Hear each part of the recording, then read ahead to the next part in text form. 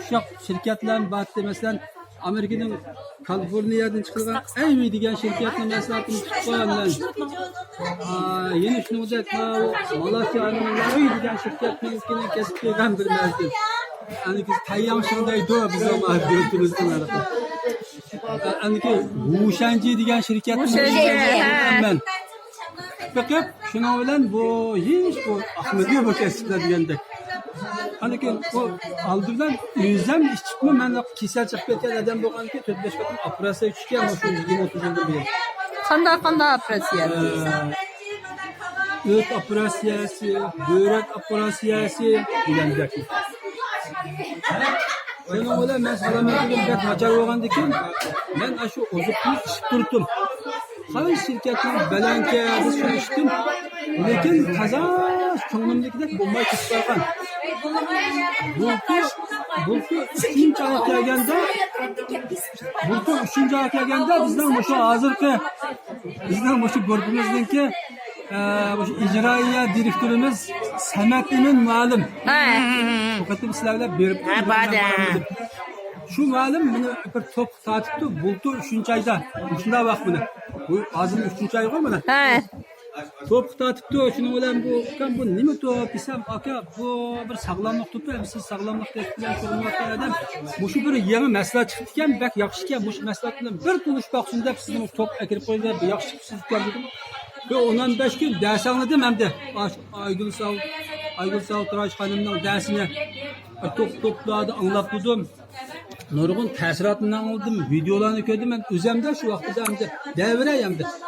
Ben hem de yaş küçüğünü qalqandım, erlerdim. Məzbir yallığı diyen bir kilsə.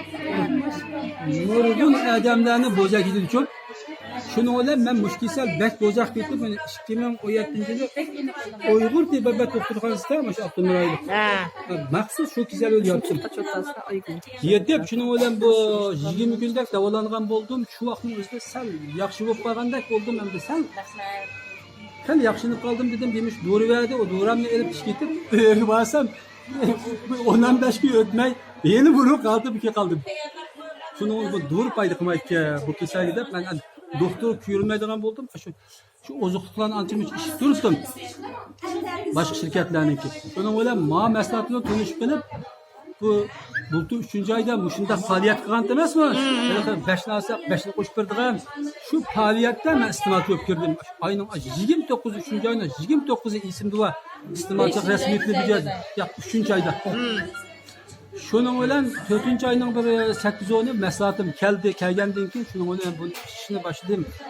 Dəstəbdə bu mendeki hakiki ben işken bu şunun bir menfaat kısa diyen keselge tazı işte ünün bu muydu? Turup ben de uykusuzluk baş ağrığı ben eğirdi. Turup uykumu yakışılınıp baş ağrığım sakıyıkandı 8-10 gündülam. Bu şunda bela oklaydım kettim kündüzürmü şunda Samurlaq kalımaya verdim şunda roya aldım obdan ondan burun paran hoşlamaydım şunda öyle gıcıgacı olsun ne bildirim de tayakına koğlap gittim. Ayal kapıp gitti bu neymi kılık bu qırğan bu ne ölen qoğlap dep. Şunun bilen bu ahval yaxşınıp kaldı endi ben şunun bilen bununla işençim eşep bu kapsulu. Böyle ay işka vaxtımda ankize məzibə ziyallığı diyen bu kesel helik mil kiyiniğen helik ahval yaxşınıp kaldı. Ben şu vaxtda buna hazır ben məlləmdən meya keldim. Bir taksi tutup meya geldim bir saat boğandı. O zamanlarda ben bunda məlləmdən meyagi kilip bunda oturuş mümkün eməsə aldı bilən ben ürümçi kəlgiçi var. Bazıda amıyı qatnaşdın çıqaq ayrım var yoluna oturuşçu. Aş kıyınçılık bu qətkəndə aşıyor şoför toxta maşın